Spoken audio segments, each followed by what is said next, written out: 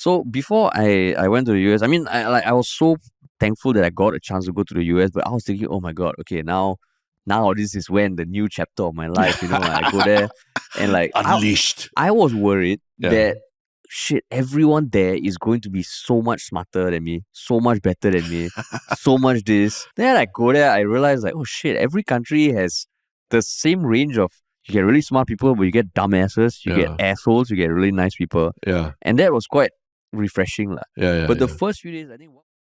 And before this episode of the Yalabat podcast, we have a message from Folklory, which is our service where we interview your loved ones and capture their stories and memories as podcasts. Because what's the big thing coming up soon that every one of us is going to be very excited about? V-Day, man. Valentine's Day. Wow. Valentine's. Yeah. Big plans for you? In the works, like the works. Yeah. Starting to, gotta do something. Should I do something? What do I do? But the most important thing is that you express your gratitude and your love and how much you care about that one special person in your life, right? Yeah. And, that's why we think that Folklory is really good, because it's a way for you to maybe say something that you've never been able to say to this person and have it immortalized forever, right? Yeah. And if you're wondering what exactly is an interview with a loved one, what does it sound like? Well, what you're going to hear next is an excerpt from a very happy customer speaking about his wife. How do you feel you've changed before being married and after getting married to your wife? What she has provided for me once she get in my life is that this sort of, because she's a very loving person, family oriented, etc. She grounded me. I provided an anchor point. Like, I no longer live in a home, a house. I live in a home, and she makes me go back home to see my side of the family more often than I would have done. Right. And so in Tamil, you have a different term for father and father-in-law, right? Like Appa is father and Mama is like father-in-law, etc. She calls my parents as though they are her parents, Appa, right, and everything. So like she not only that she adopt my family, she even made me become closer to my family as well, and provided a home for me. So that's how a folklory sounds like. That's the kind of questions we ask. It's not the easiest thing you might say to your loved one, but we make it possible. And I mean, every folklory is private. Just a heads up that excerpt was shared only with the consent of the customer, because you were super happy. Whatever we make for you will be for you and your ears only. And if you want one, check us out at www.folklory.com. Order within the next week and we will guarantee get it to you ready to go by Valentine's Day. So all the details are in the show notes. The link is there. We would love to make something special for you, so check it out. And now, on to the podcast.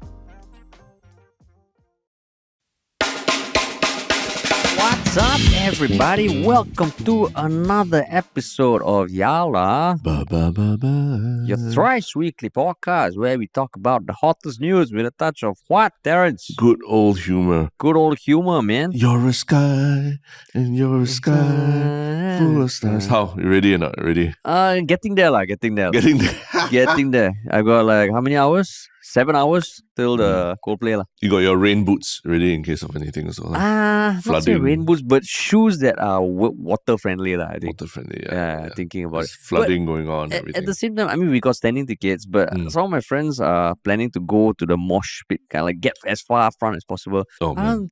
I don't think I want that, because the last time also when I went for Coldplay, I was further back and it's nice, you have space to move around. So see how it goes. The mosh pit's a young person's game, right? Yeah, man. Yeah. And I mean, he's probably gonna listen to this when it comes out, and I can say like I think it's a bad idea, all right, to do that. But we see. So your strategy is you're standing ticket, but you're going to go all the way to the back, lah. Not all the way, lah. So you paid for standing ticket, but no, not all the way, Terrence. Okay, quite it's far. Like so for being like a uniball Coldplay person who's never been to Coldplay in Singapore. Sure. Okay, even if you stand at the back of the standing crowd, it's still great. It's still great, and that was something I realized the last time I went, lah. But the acoustics won't be as good, lah, right? This is not bad, no? Yeah, I think you really look down on the national stadium acoustics. U2 was pretty terrible at the acoustics. YouTube was terrible. The whole concert, that one also. Yeah. When the Merlion came up in the that one, PowerPoint presentation, I fuck was like, this, come man. on, man. Yeah. But yeah, so I mean, the next time we record the podcast, I'll be able to tell you whether I got soaked or not, and whether I had a good time, lah. Yeah. But I'm Please. slowly getting excited, lah. Yeah. Please post on Instagram stories about it, because there's so few posts about it. I know so little about all these Coldplay concerts and what's I will post like every 5 minutes, even though Chris Martin himself said no phones. Oh yeah, for us, something like that. Yeah. Then I'll post a highlight and I'll just send you, Terence. Yeah. I'll just send you. As in, wow, everyone has been posting so much about it. I'm so sick of seeing it. That's the thing about 6 concerts, like, you know. Yeah. By the end, right, people are like, okay, yes, I've seen this before. Okay, the set list and all. There's nothing special already. It's like might as well post a picture of yourself at McDonald's. It's not until like that, like you hater. You hater. No, so that's why I'm curious. After Coldplay does 6, Taylor Swift does, I think, 6. Will there be more artists or even like they would consider 6? Because I don't know. Do they do 6 concerts in other countries also? No, like Manila had 2, I think. Yeah. And all that. But I think it makes sense. It makes a lot of sense in terms of Singapore being a hub, right? Yeah. And then easy to fly in and out and safe and speak English and all that, right? No worries about being, your passport getting impounded or anything like that. Yeah, that was what Isorian was probably saying in Doha also. Safer. Singapore's great, Maybe he's the one that got all these concerts to come and do 6. Part of his defense. Yeah, that one night in Doha, maybe Chris Martin One night in Doha. Chris Martin stayed next door to him, and then like, hey, bro, how about doing a few series of concerts in Singapore? Yo, man, that should be the like Netflix documentary. Now night. Malaysia, there's Man on the Run. Man on the Run for Isorian's One Night in Doha. One night in Doha. Yeah. One night in Doha. Yeah. Wow, that'd be great, man. But yeah, I mean, I already can probably make a prediction that you will come in next week and insist how great and how much fun you had during the concert. If I did have a good time, then I will. But are you saying that even if I don't have a good time, I have established my fort too deep already to say anything but that? Yeah. Then you underestimate me, Terence. Remember we talked about cognitive dissonance? You're at that stage already, right? Where if you don't say that you enjoyed it, people will just be laughing at you. Yeah. Correct. No, but like there are concerts I've been to in the past where I said that was a waste of money. I hope you'll be super honest. Yeah, like Bruno Mars, I went to the last one. Okay. It was a waste of money. Why waste of money? It was like 70 minutes. Oh, because it was short. I see. And I mean, it was just, I think I've been so caught up in the hype for the Foo Fighters and Coldplay concerts. My friend after they were like, let's go to every concert that comes. Next one came Bruno Mars and we both went. And after that, we went for dinner.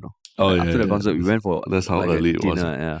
So are you going for the opening acts? Of course. Is it Jasmine Sokko still? And that one I don't know. Maybe it's Riley already. Riley. Riley. Riley. At 8 p.m. it starts. You will go lah? I'll go, of course. Okay, good. Support local. Man. Not just about the white person come, then you only turn up for the white person, is it? Oh, setting the context. Setting the context. Only with a white person. No, man. I'm colorblind. I see all colors. I see. I don't see or you don't see? I think you see a lot more colors than others do. I mean, like, medically, I am certified color deficient. Okay, correct. But mentally, right, Yeah. I see the full see spectrum. all colors. All It's the first thing you see, the colors. the colors. Yeah, but I mean, some interesting topics to talk about. And before we jump into that, what's our normal spiel, Terence? If you like this podcast or you're new here, please follow, subscribe. There's a lot more fun stuff going on all our different channels, social media, TikTok. TikTok's funny now, man. TikTok's great, man. Yeah, and YouTube also, we were putting up all videos and shorts and all that. So even if you can't listen to the full thing, you follow these places, you'll get the snippets as well, right? Mm-hmm. And if you want to work with us in any way, you're a brand, you're a company, you're an individual, just hit us up at contact@ministryoffunny.com. Yeah. Sweet. All right. The first set of news. Yeah. I mean, a bit worrying. It's not the first time we've covered a topic like this. Sure. But the news came out on January 24th, so this Wednesday. And it was a statement issued by the Internal Security Department, ISD, that a secondary 4 student who considered himself a white supremacist after being radicalized online was handed a restriction order. Yeah. Under the Internal Security Act. Yeah. ISA. So, and I mean, he's ethnic Chinese, but he identified as a white supremacist. Yeah. So that came out 2 days ago. And I mean, we have had cases of radicalized youth in Singapore. Yeah. I think this is the first white supremacist. Yeah, yeah. I think it's all the previous cases had some kind of logic to it, lah, right? Whether it was race or religion and all that. But Yeah. this one is like a Chinese teen who identifies with white supremacists, lah, right? So Yeah. it's kind of crossed. I mean, it's gone beyond the realm of logic already, lah, right? If you think about it. So that's why like what you said, lah, it's a little bit worrying also. Or maybe it's not logical on first glance, but if you deep dive, you might see certain dots that connect, lah. The last person that was issued was at the time a 15-year-old, December 2020, who incidentally just got released this month also. Yeah. And back then he wanted to conduct attacks at places of worship in Singapore, but he was a Christian. I mean, he is a Christian. Ethnic Indian Protestant Christian, right? Yeah. And I mean, his was motivated by religion, like Protestant Christian. When he made detailed plans to conduct attacks using a machete against Muslims at 2 mosques in Singapore. Yeah. So that one, I think we covered it also, and he was like, "Oh Yeah. shit, that's a bit surreal, lah." But in this case, and the interesting thing about this one, he didn't plan to do attacks in Singapore. Yeah. Because he said like the groups that generally white supremacist groups are against, which is African Americans, Arabs, and LGBTQ individuals. According to him, they haven't been causing that much trouble in Singapore, lah. Yeah. So he had plans to travel abroad and join rallies or attacks, and I mean he also was like in online chat groups and channels with planning to do an attack in the US in 10 years and all that. So a bit scary, lah. But well, as you read this or dug deeper, what was some of your thoughts? My first question was like, how did they chance upon him, lah? Catch him, lah? And I think according to the article, they declined to talk about how they actually caught him, how they actually discovered his activities, lah. Because he hadn't, like you said, like he hadn't actually planned to do anything in Singapore. Yeah. I think he had done some research about weapons, all that. But they also said that due to the financial constraints as well as lack of know-how, he couldn't really move much beyond just doing research about things, right? Or chatting in forums.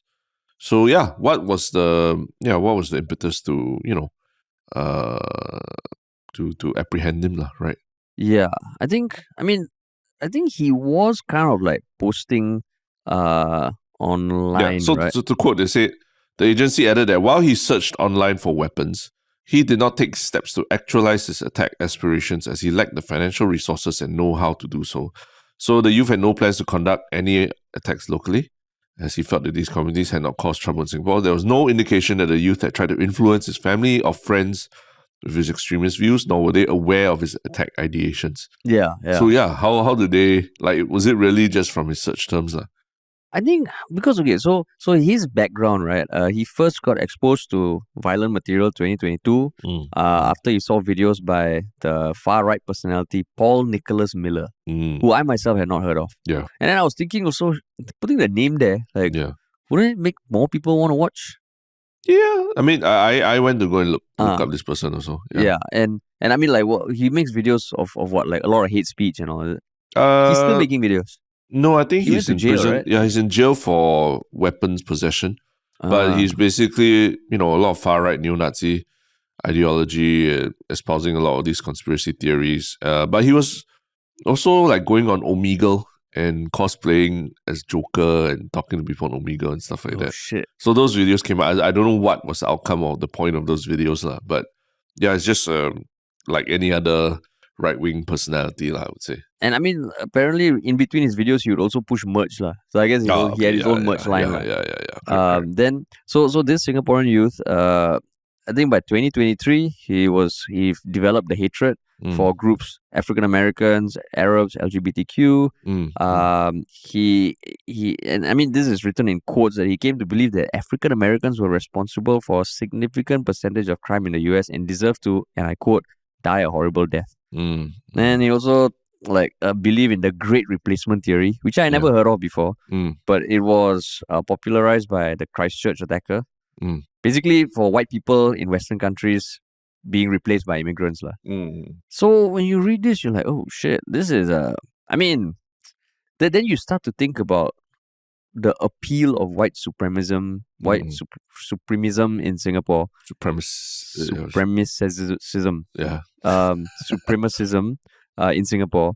And that's why, when you said like, what did you say just now? Like, there's no logic, right? Actually, the more I read, the more I can understand like, oh, there is some sort of logic. Okay, what's the logic? Because so what, like, just some context of like white or like far right extremism and all, just to set the base, right? Yeah. Okay, so far right ideology, white supremacism, anti-Islam, xenophobic, anti-immigration, right? Then they believe that white people in general have like are superior lah. And it's always just like the white against the rest lah. So the rest, right, is almost not tied just by gender, race, religion, belief. It is like a whole smorgasbord of ideologies lah. So that's one. And then there's Paul Miller. Then the some of the groups also that have come into the news for white supremacism is like the Proud Boys, which were behind the Capitol riots on January 6th. No, not behind, but participated. I think they were involved. Not behind. Then there's also the Boogaloo, which I haven't heard before. And the Great Replacement Theory, which essentially means you have the white people being replaced by immigrants. So, you know how like when it's almost like, okay, every country has different races. Yeah. But there's more than often or not a majority and a minority. So as much as I think like what minorities suffer or like what minorities experience in Singapore very different from minorities in other countries. Sometimes there's a line that is connected by some people that I think is also not justifiable. So if the minorities in the US or like Western countries tend to be like the Arab immigrants or the blacks, the majorities and that line connects to like the minorities in Singapore. So at the opposite end, I can imagine someone thinking, okay, then the whites in the US or the West are like the Chinese in Singapore. So you're saying that that's what is logical about his thinking? I'm trying to imagine. And I think that seems a little less illogical than maybe when I first read, Chinese doesn't believe their whites like resonate with white supremacists. Why? Yeah. So that was my thought. I mean, I can see it as the thought, but there's nothing logical about it. What? Because if he were to actually meet up with any of these groups in the US, he'd be the first one pinned to the wall and Also, you're saying that the illogicals on that part lah. Yeah. I mean, I get it. Identifying with a nativist or like you say, majority struggle. I would say that's very prevalent in every country now lah. Especially, just look out for the US in the next 10 months lah, when with Trump coming to power and I would not say coming to power, but gaining momentum in the election and everything. A lot of it is going to be revolved around immigration and closing borders and all that. And that I can see having appeal across a lot of places. Even in Singapore, I think, anti-immigrant kind of rhetoric or basically closing the borders to immigrants, that's going to come up more and more. But white supremacy itself is like, this guy is he's going to go to the US and or if he ever joins up there, he's going to get a root shock. Like these people, they don't see you as a person. They see you as like Jackie Chan's offspring or something like that. So it's that's why I say it's illogical where he understand that whatever he's reading or touting essentially means subjugating himself as well. It's part of the whole thing. I see. So I mean, like I get that illogic there.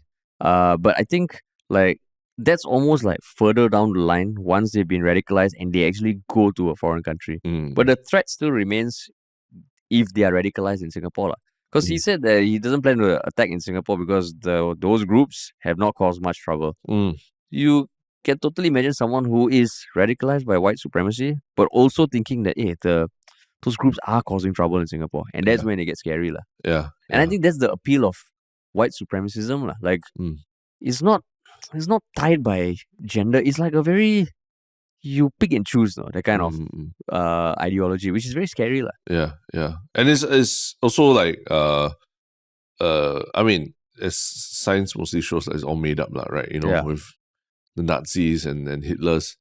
Aryan, like greater Aryan race nonsense. Yeah. And I mean, people on Reddit were pointing out that this whole movement is they include you in that group when it's convenient. Like, and they brought up the example of how Hitler declared like Japanese as honorary Aryans as well, you know, Yeah. because they were his allies. Yeah. That's right. So it's fucking stupid, lah, right? Yeah. And you know, everything we understand about genetics, all that, you know, it tells us that race really is it's a much more complicated construct than just like, oh, your skin color means that you must be different and things like that, lah. Yeah. There's a lot of differences in terms of geography and all that need to be taken into account also.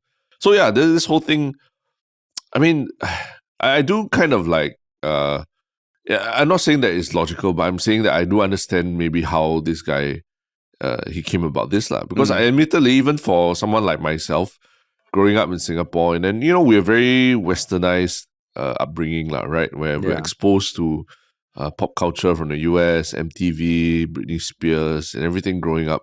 Yeah. I remember before I went to study and live in the US for a while, I was really like thinking like, you know, this is like, you know, going home to the mothership, you know, the center of the world and everything, lah, right? And same.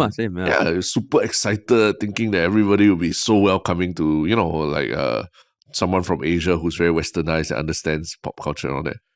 And then I remember my first day there, my first night there, I ended up locking myself in the apartment I was staying in and not daring to go out to buy dinner.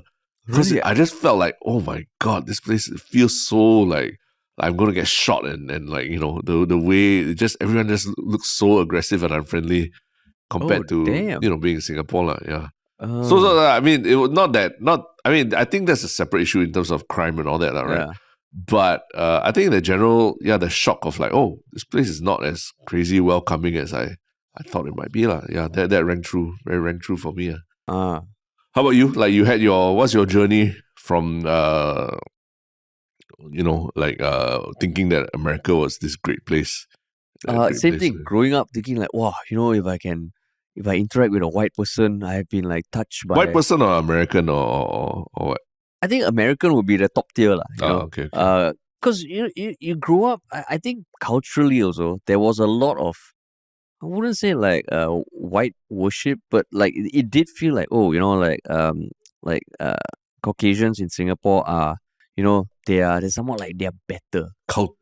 More cultured. Yeah, they're more cultured, and we want to be more like them, Yeah. which is damn unhealthy. Yeah. So before I went to the US, I mean, I was so thankful that I got a chance to go to the US, but I was thinking, oh my God, okay, now this is when the new chapter of my life, you know, I go there and like unleashed. I was worried that shit, everyone there is going to be so much smarter than me, so much better than me, so much this, and like so much more cultured than you. So much more culture. I'm coming from Singapore and like, you know, country bumpkin. So that was my cause. I felt like I was gonna be a country bumpkin.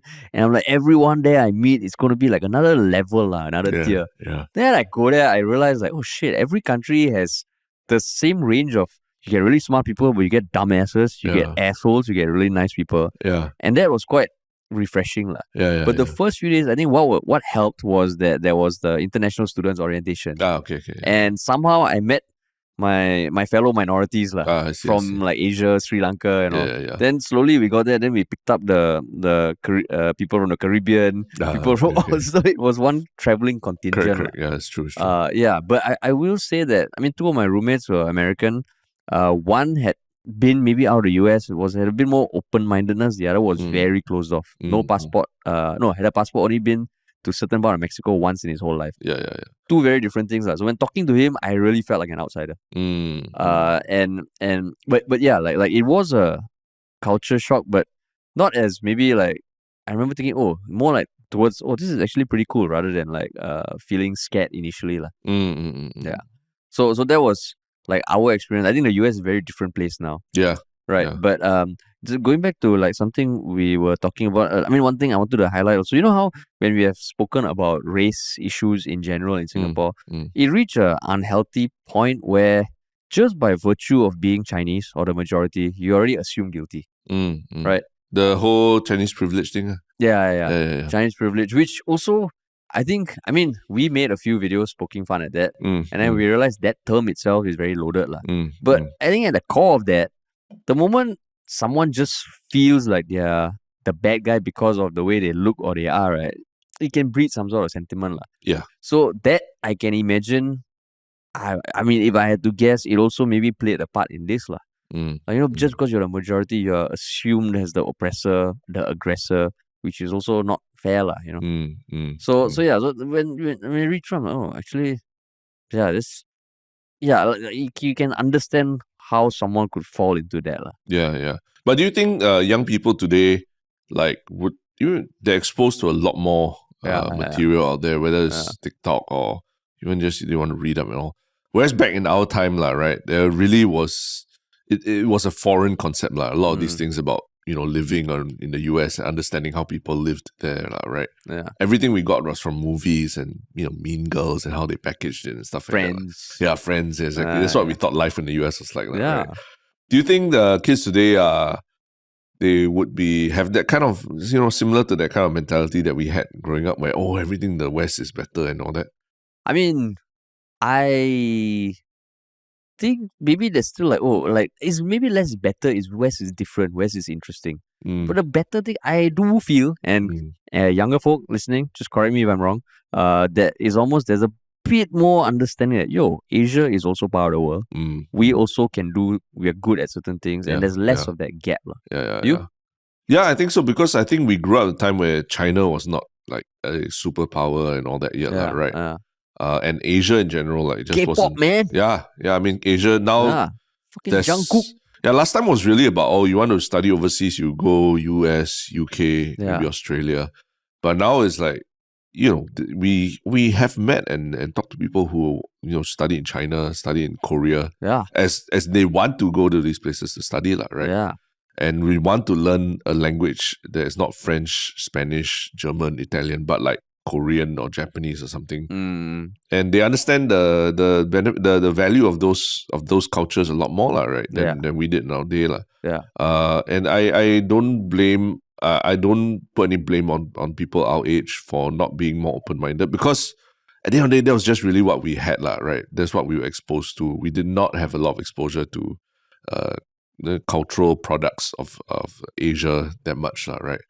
Of course, you could argue that, hey, we could have gone our way to do it more, but it was just, that was what it was. Whatever was on TV was what we thought the world was, right? So are you saying that from our point of view, the older generation, they also can say, Terrence, I'm a racist because I never used to grow up with like friends of other races. No, I could have, but I wouldn't blame anyone in my generation for being racist. No, I'm not saying that there's any excuses for racism.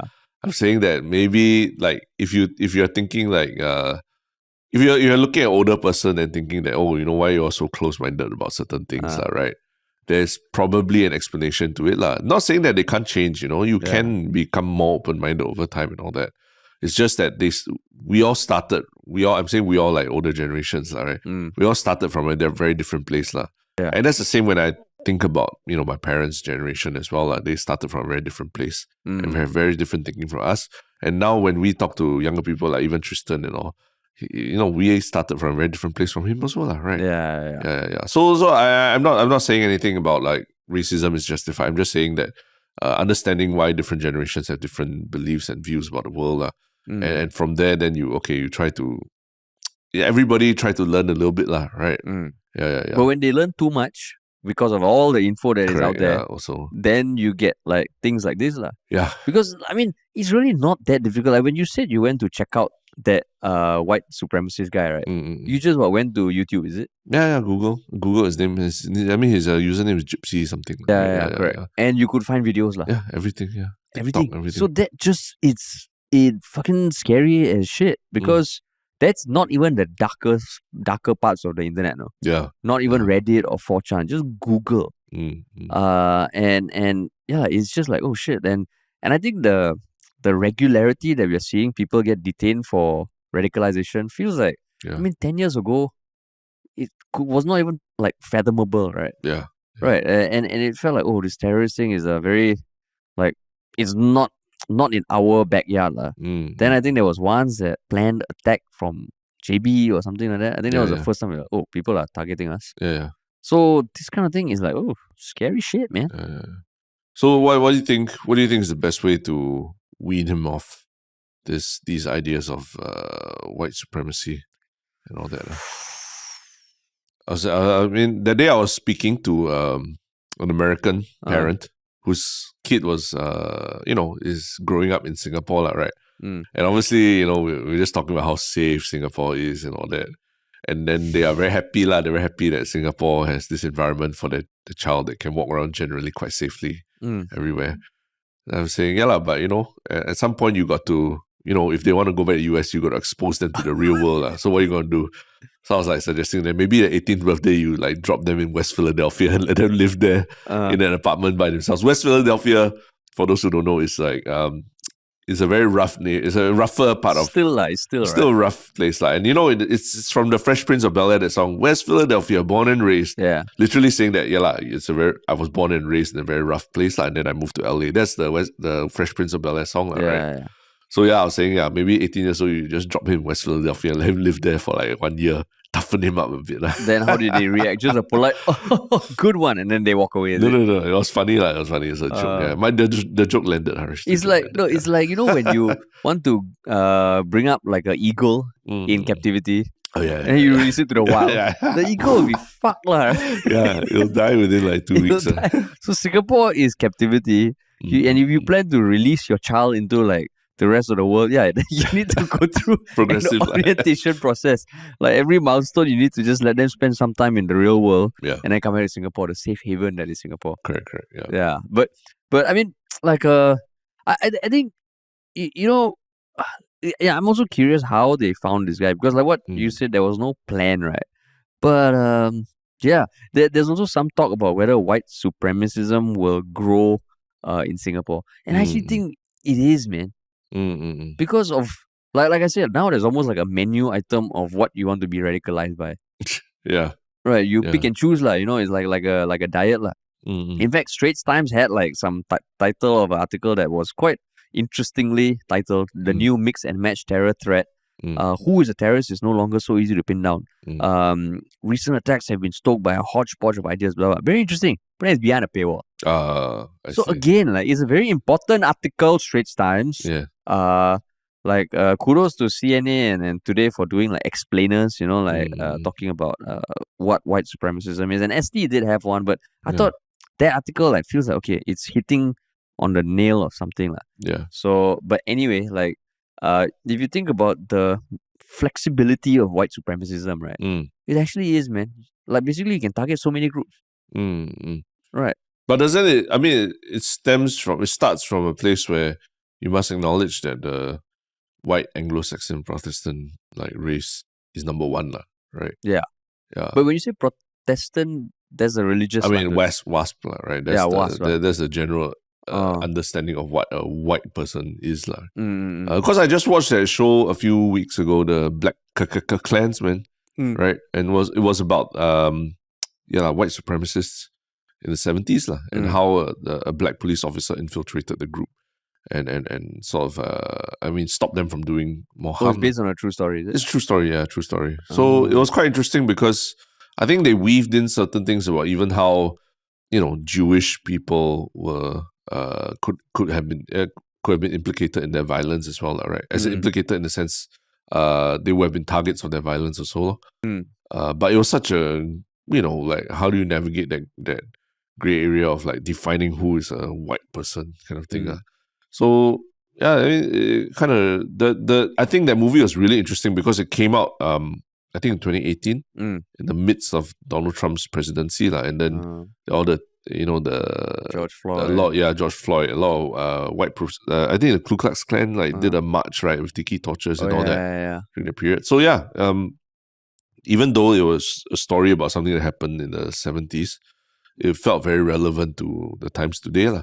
And now with Trump coming back to power in Iowa and New Hampshire and all, I think it's again these conversations are going to come back. Yeah. Because I mean, these white supremacist groups are probably like vouching for Trump a lot. Right? Yeah. And I mean, at the end of the day, it also stems from just people feeling lonelier and more isolated. And I mean, now like you can find communities, even work, right? It's all this remote work. So even remote relationships and all. Yeah. So that's where, I think that's why the advice is that, okay, if anybody has an inkling that someone in your network is radicalized, it is a cause for concern. Because I think it cannot be written off anymore. Yeah. Yeah. It's so easy to go and look up and find groups that resonate with you, and you just keep, living the echo chamber and building up the anger in your head. Yeah. So then do you think sometimes when, I see life through a racial lens, and I talk about it in this podcast, he's drawing lines? It is, yeah, of course it is. Then totally detrimentally. But that's why I'm here to be the foil. Yeah. Correct. So I'm doing it for the greater good. Okay? I'm doing it for the greater good. Because as much as, like, you hear some content creators, I post what I want, I do feel that we also need to be responsible. Yeah. Right? So, like, sometimes when I put on the racial lens, you're like the optometrist, Yeah. Okay, now change lens. Okay, yeah.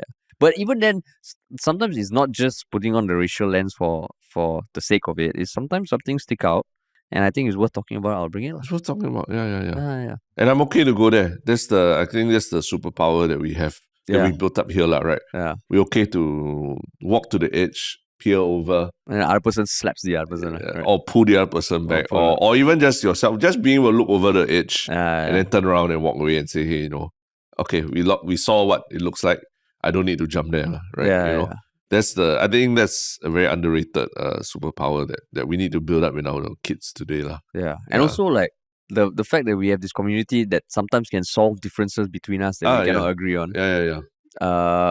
Yeah. So I mean, I think as cliche as it is, like the whole thing, more conversation and all is important, lah. Yeah, and I think when people feel they got no outlet, that's when these sort of extremist groups feel more appealing, lah. Yeah.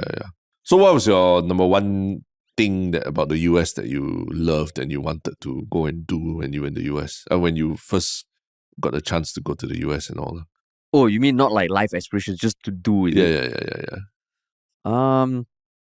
House parties.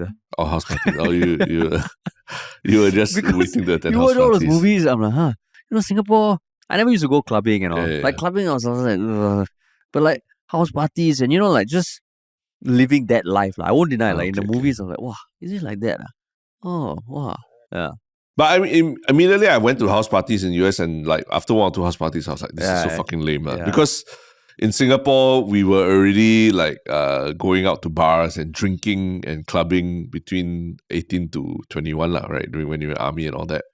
So by the time we got to the US, and then like watching these 18-year-old US kids who were not legally allowed to drink yet, but they were so excited to be able to be away from home and to drink, and then to go to the house parties and just get wrecked drinking like really bad beer. Yeah. I was like, what's fun about this? I don't get it at all. Like, why is this fun? For me, it's like, okay, like at least you go to a nice club, you dress up, and it's a night out, right? And then nice music and all that, and you sip a pretty decent drink, even a lychee martini or something. But like this obsession with getting drunk on like Bud Light and being, I remember the word was like, oh, I got so wasted. That was like the common refrain every Saturday morning. Everyone would be like, Sunday morning, right? Everyone would be like, oh, the night was awesome. I got trashed. I got wasted. After a while, I was just like, oh God, get me out of here. But see, the thing is, between the ages of 18 to 21 in Singapore, I didn't drink much. And I didn't party much also. Okay. So I think why for me, so? Why so? You like just simple boy. Simple boy. You went army all.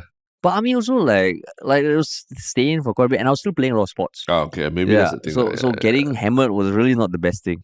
So I thought like, and also, that image of like people on the lawn, like reading with nice weather, all looking good, frisbee here and all. That was the thing I was like, there's going to be...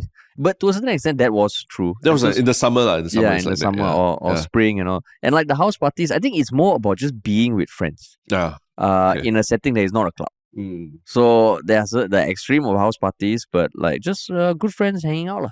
Okay. Yeah, and meeting people from different countries and all. Yeah. That's basically life as an older person, right? True. Just hanging out with friends. True. In the house. That's why without getting going trashed. to uni in Singapore also, you would have a lot of great experiences. And I think now, like, just when you consider the cost and all, going to like the US, it's insane. Yeah. And I think like what you mentioned, right, there are so many other opportunities in countries that like can provide equally amazing experiences. Yeah. I see. But So I mean the US now interesting place lah. And this white supremacism thing is gonna come up a lot lah. Yeah. I mean, I think, like what you said, like, I never really understood what a nice lying on the lawn on a nice day, what that felt like. I think in Singapore, you tell people you lie on the lawn. Be like, what the fuck, you start tanning? Maybe sweaty, and the grass in Singapore, a lot of it is the big ass blades of grass, you know. And then they're like, in Singapore, when you see people eat al fresco, and then you see a lot of like Caucasians eat, they just sit outside eat al fresco. Like, what the hell? Are you crazy? Like, you just sweat your balls off, right? But then, like, overseas, or at least in the US on a nice summer day or something, then you're like, wow, the sun, it's so nice, beautiful on my skin. I think only then I understood when there's a change in weather lah. Now slowly we are developing a Singapore or fall like that. Over Christmas and all. Which is nice. Then I'll totally do al fresco. But yeah, man. Yeah.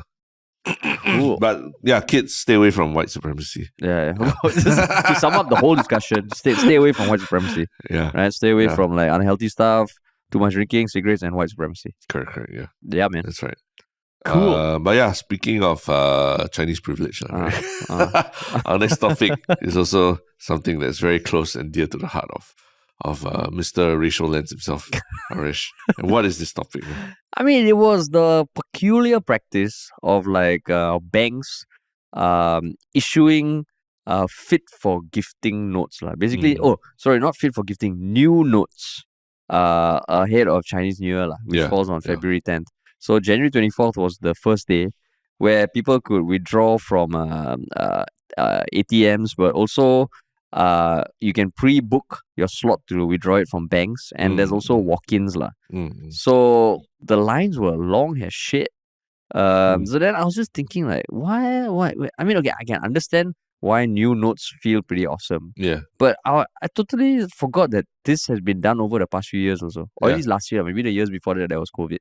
But it's a yearly thing. Yeah. And I just innocently asked you, Terrence, why does this happen? And it turned into a topic. But I mean, you saw it through the racial lens, first and foremost. Right? More like a social lens. Social lens. It just so happens that Chinese New Year is around the corner. Correct, then I was thinking, okay, how come this practice it feels old school practice I mean, I read the article. Yeah. And admittedly, the thing that jumped up about it was not the fact that there were new notes. It was about the idea of fit for gifting notes. That commendably, MAS is now rather than issuing new notes that leave a very big carbon footprint, right? Yeah.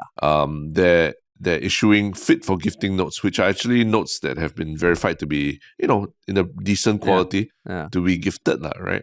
Yeah. And they're using that and encouraging people to use that rather than try and change on new notes. Yeah. So kudos to, I think you got to give credit where credit is due, that they are trying to, reduce carbon footprint that way already. Yeah. But on your other question about new notes, it's how to explain it?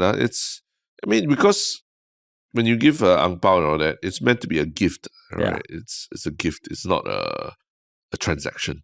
So you want to make sure that, as with anything, a gift, you receive, I buy you a new iPhone. If you have there's a scratch in the iPhone, or something, even if it works, everything and all, you'll feel like, hey, something's off, right? It should be new. It should feel new. So I think that's the general idea of new notes. You start the new year on a new note. And you get new notes as part of a gift. So, but do you believe in that also? No, I mean, I don't. I think money is money to me. And I'm really not a very traditional kind of person, right? Where I follow a lot of traditions and all. In fact, if anything, I feel the obsession with money sometimes can be quite off-putting for a lot of Chinese cultures, whether it's gifting of ang paos for weddings or just in general, people counting how much money that they get from ang pao and then being angry with you and things like that because of whatever reasons, right? I think that's not very pleasant when money becomes the central focus of it. But if it's about just giving as a gift, as a token, and the idea of giving a new note. I can see why people do it, lah. I mean, I can understand like why. Okay, and I mean, like when I was trying to read up, I mean, the background, I guess for any community, like Yeah. years ago when people maybe had less new things, it was Yeah. more difficult to get new things. Yeah. New Year, even for Diwali and all, you want to do like, clean your house Yeah, and yeah, like yeah. wear new clothes on the day. Yeah. So new notes, I guess. But I mean, to me, like a new possession versus a new note is two different things, lah. Mm. And at first, I was thinking, when I was proposing this topic, I was thinking, am I just being sensitive? Unnecessarily sensitive? Is this just a small issue that I'm blowing out of proportion? But then, yeah, like I also saw the MES statement. Yeah. I was like, oh, kudos to you. And then I also saw the stat that, I mean, I'm sure you read also, right? You know how many new notes are issued 100 every million, festive giving? 100 million. 100 million, no? Yeah. How is that possible? That Mm. means, is it just because like for everyone in the queue, they change what, like 20, 30, 40 notes? Yeah. Right. Maybe, yeah. But that's a huge number. Like how many people, actually want to get new notes? It's not the whole population. Yeah. So how does it come to 100 million? And is it most are used only once and returned to MES? How also is it returned to MES? Yeah. I don't know. That's the thing. Like, I think maybe it means that it enters the circulation and then MES, they always do refresh notes, right? They take out notes and out of circulation and reissue and everything, right? But when they say use only once and return to MES, like to reach back MES, like how does money even reach MES? As in, money is taken in and out of circulation. I know, taken in and out of circulation, but the moment it's in circulation, is in your wallet, right? Yeah. How does it end up in MES's hands? It's just within circulation, right? I guess if you pay, it's within circulation, but it goes once it reaches certain places like government, some deposit vending machines or deposits or banks or whatever. Maybe they have something with the banks like, okay, every month you give me back this certain number of notes, and then we'll either reissue or take them out of circulation. So that means it's based on like the serial number or something. Like yeah, I just found this thing like, first of all, the stat 100 million new notes issued annually for festive giving. Yeah. Maybe it's not just Chinese New Year. I don't know. Yeah, maybe it's not. Yeah, because 100 million and like there is an environmental angle to it, like. Yeah. So then I was thinking like, one thing that occurred to me was like, if anyone can be like, hey, like this is a outdated custom, lah. Can we just move on with the times? Like environmental sustainability is a thing. Yeah. Sure, there are people who like this, but there's a better system. And we should move towards it. Yeah. And I was thinking, but then Simply Go is like that. Exactly. Yeah. So e-hongbaos lah. They have e-hongbaos that you can give. Yeah. So then like I think when we talked about it, we were like, you can't just force 2/3 of the population to adopt this. I mean, the 1/3 of the population to adopt this new technology. People have their behavior. Yeah. Then when I was saying this, I'm like, fuck this. This bullshit. Yeah. But I was saying, actually, it's not too different. Yeah, and I think, digital obviously might be environmentally better. But Chinese New Year, there's the act of like, the younger people approaching the senior, older people and just greeting them, saying Chinese New Year greetings. And then after in exchange, they get a red packet as well, right? As a custom. So once you remove that with the digital ang pao, it's like just doing a PayNow transfer to somebody. Like, hey, I PayNow transfer the hong pao to the mother. And then the kids don't even have a bank account. So it will be to the parent, most probably. Yeah. And it kind of takes away from that experience of the kid also receiving something. But then you right? keep the fit for giving. Okay. So I'm saying physical notes versus digital ang pao. Yeah. I'm saying digital ang pao doesn't have that process. So it does take away from the experience somewhat, I would say. Yeah. Yeah. But then, so because I was trying to think like, okay, I can be so almost like vocal about the Simply Go thing. But then in this case, is culture not important to preserve? But no, I think it is important to preserve. Yeah. So I think the middle ground is a fit for gifting. I think a fit for gifting thing is great. Yeah, it's great. Yeah. And kudos to MES, kudos to the banks who did it. Yeah. But then I was thinking, why can't it just be like, okay, no new notes issued? Yeah. But that one... There is some superstition, I'm sure people that have. Yeah, but superstition... Yeah, it's silly. It's silly. It's silly. But that's where I guess education matters. Like I said about the, my analogy of the agar-agar, you inject a little coloring into it. It takes time to percolate. So now they start with this fit for gifting thing, but over time, as more and more people talk about it, I think, people will see the benefits. So there was no fit for gifting last year, is it? I'm not sure if there was, because I don't really do this. It's not under my purview. Obviously, it's not under my purview like in my household. But it's fit for I don't know. gifting 2022 also got. Yeah. So then how I think long, got- Terence, must this transition be? I think it'll take a while, lah. Like I said, it's not immediate, and there will probably be a lot of angry people if you take away the new notes. Yeah. Maybe then you just charge 5 cents per new note. Don't put ideas in the head. It's gonna be more than that. 5 cents per new note. Then you can imagine you get something also. Or maybe just if you want to change the new notes, then there's be a minimum spend, but that doesn't make sense. So maybe some charge like plastic bags, right? Yeah, like plastic bags. Yeah. Or Maybe even 1 maybe cent. a transaction like 5 cents for every $100 or something like that, lah. Oh something like some like 1 cent a transaction. note lah. So you switch 10 notes, it's 10 cents. Yeah. But 100 million divided by 100 is 1 million in like. Yeah. You just gave the banks another idea to But that's scrape sort of money off stuff. people. That sort of stuff I will support. Like what you said, there must be. I think in a previous podcast when you looked at the analogy of the trays, right? Yeah. Everyone says, how can you fine people for not returning trays? It But starts with something punitive. You just slap the wrist a bit, and then the behavior change. Then you relax a bit. Correct. Yeah. So maybe next year, 2025, 5 cents per note. Then everyone's like, wow. Then slowly you change behavior and all that. Then you just okay. Then you can. I would just add to that if that money, that 5 cents, doesn't go to the bank, donate but goes to a charity or something, then I'm okay lah. But the moment that it's the bank implementing, I'm like, hey, fuck you all. That's true. Correct. It has to go to a cause. Yeah. Like maybe environmentally sustainable cause or something.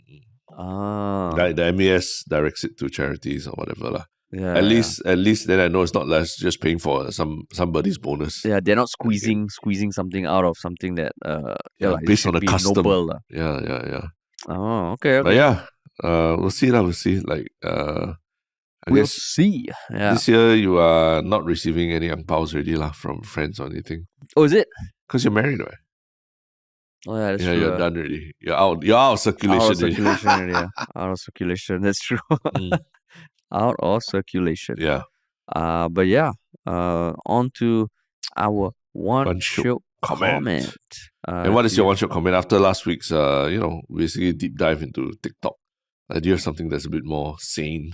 I do. And I mean kudos to someone on Reddit.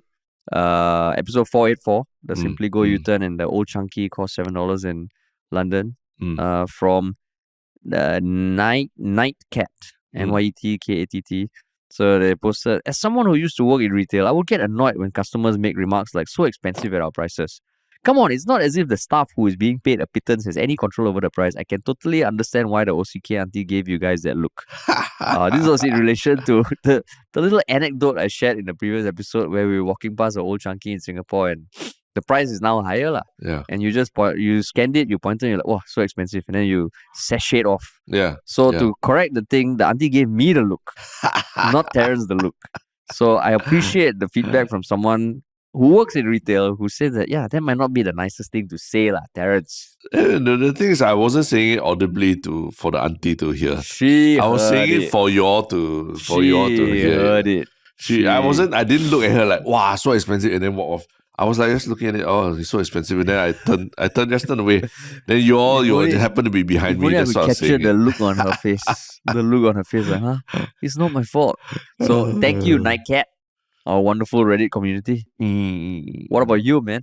I think my one Shiok comment was Kirby Ong on talking about the Simply Go issue, right? I think of that. On a Samsung phone, you can set a credit card as the default transport card and put your phone near the reader and you're good to go. No need to double tap or authenticate. So I don't know, I'm not very sure if that's really something that Android phones can do that Apple phones can't. Because I can't do it with my Apple phone. I have to authenticate right? Every time I use it. Yeah, same. Same, right? So it's a bit troublesome if you're wearing a mask, for example, you're the Face ID, your mask and all that. If you have the newer phone, then they got mask function, so you don't need to. Oh, the newer phones have that. Mine doesn't. Yeah, sorry, mine was pre-COVID. My phone is pre-COVID. Yeah, mine was post-COVID. Yeah. No, but now, I mean, with my watch also, it can also, but sometimes a bit slow, I see. So, but it seems like another reason to switch to Android. Will you switch? I mean, not specifically for this. Yeah. I see. Because I have my Apple Watch, and Apple Watch works. Yeah, I just realized Apple Watch is convenient because it's already on me, so it doesn't change. I don't have to. But how do you anything. authenticate on your Apple Watch? Because your watch, I think it just detects as long as you authenticate it once during the day. Oh, so you just pump like that? Yeah, as long as it stays on you. But how do you authenticate on your watch? You don't have to authenticate because it's. But you say once a day.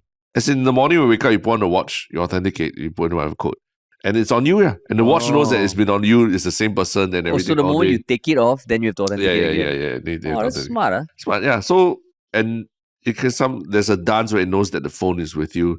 So you must be the same person. You can't possibly have switched with somebody else. Unless someone cuts off your phone, cuts off your hand, and maintains the blood circulation. Yeah, correct. But it can tell that your heart fluctuation, your heartbeat and everything, right? Wow, interesting. Yeah. And your movement, So cool. Yeah, so Android users, please tell us if we're missing something that iPhone users are missing something that Android can solve quite simply, Yeah. Cool. And what about your one Shiok thing, man?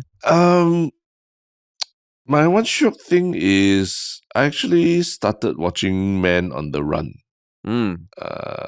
About like what we're talking about Najib and Jolo and the billion dollar whale story, right? Of 1MDB. And I put it as a one Shiok thing because it's interesting. I think in light of everything that's going on with Iswaran and all. And I did read Billion Dollar Whale, which was a great read. So when I watch it, it's interesting because the numbers that were involved in the corruption, 681 million being transferred to Najib's personal private bank account, and him justifying it as it's a gift from a Saudi prince, It boggles my mind considering that Iswaran is now like the biggest talk in town because of $350,000. It just really boggles my mind the scale of which what 1MDB and Najib and Jolo did, right? So I think it's an interesting watch. Although I have my differences about how the information is presented and all that, right? Sometimes I feel like I'm watching a very long TikTok video, basically. Oh, is it? It's very snappy. A lot of stuff jumping in you and in front of the screen, and very obvious use of AI for certain looks, and even the choice of camera lens they use also. I was like, wow, a bit too much. Is it a docu-series or? It's a documentary. No, just one. Oh, one. Like a docu-film like that. Yeah, but the interesting thing is that they took the perspective of the journalists and the police officers and the FBI people who discovered the what was happening. So it wasn't so much focused on, the big parties that Jolo had or that Jolo's perspective, but it was about how those people had to fight through a lot of adversity to find out information about 1MDB. So that's a story that maybe you don't. It's not as glamorous as talking about the parties and Paris Hilton and all that, Yeah. But you started watching because you're not finishing it in one sitting. Yeah, it's really a salt on the eyes. Salt on my eyes. Sometimes I feel like I'm struggling to keep up. I got to rewind to just look at certain words on the screen. Yeah. There are a lot of things going on the screen. I think I understand why they chose to do it because it's a lot more. That's how TikTok looks like these days, right? But to watch it on the big screen is a bit much. Yeah. I see. But you recommend it, I recommend it just because of the fact that it's we're talking a lot about corruption in politics and just understanding the scale of what Najib was doing and the sequence of events leading to Bersih and everything. It's quite interesting. Until One Night in Doha comes out. One Night in Doha. That's for us to do. That's for us to do. One Night in Doha. One Night in Doha. We'll cast you as Iswaran. Oh yeah, I just feel Then you Ong Beng Seng ah. Oh, no, I don't look like that at all. So right? I look like Iswaran, is it? Oh, no, I never said. I said we can cast you as Iswaran. Yeah, so we can cast you Oh, as we Ong can- Beng yeah, Seng can, also. can, We can, can, yeah. We can. Oh, that would be fucking great. That would be amazing. One night in Oh, Doha. one night in Doha. Yeah, Ministry of Oh, Funny powered Production. by Yalabat. Yeah.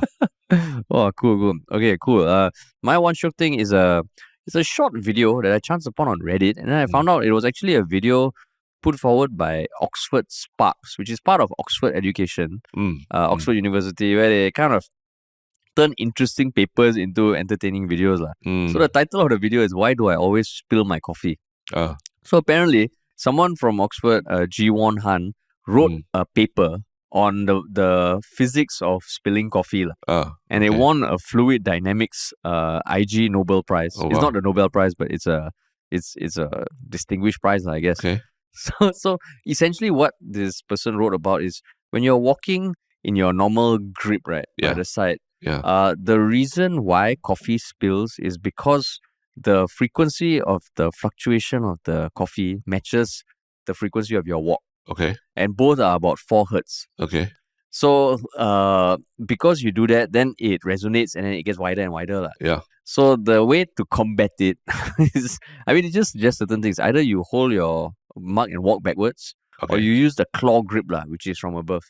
Because both of those, the frequency is 1.7 hertz. I see. So because they don't match, right, they actually kind of counteract and prevent spilling. So it's not the most practical advice. Yeah. But I just thought, hey, actually that's interesting. Like they study the title of the paper is A Study on the Coffee Spilling Phenomena in the Low Impulse Regime. Wow. Yeah. Claw grip, wow, that's quite dangerous for coffee, especially if it's hot. Yeah. Right. Yeah. Or you walk backwards. Both. But then you bang the into people someone. even worse. Yeah. So or maybe just walk a bit differently, sideways or something. Yeah. But yeah, I just thought, I like these kind of things that distill scientific topics into entertaining videos. So these are videos, lah. Yeah, it's just a video. It's just like someone talking to the camera. Is it YouTube or what?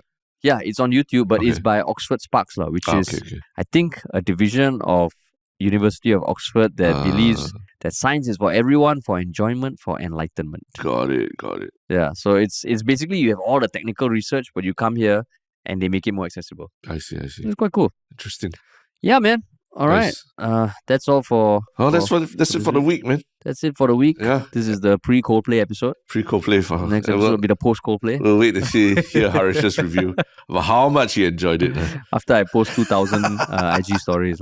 Yeah. Cool. Okay, thanks for listening, everybody. Have a good weekend, man. Yeah. And if you like this podcast, just remember to share, subscribe, follow us, hit the notification bell. And if you want to work with us, reach out at contact@ministryoffunny.com. Peace.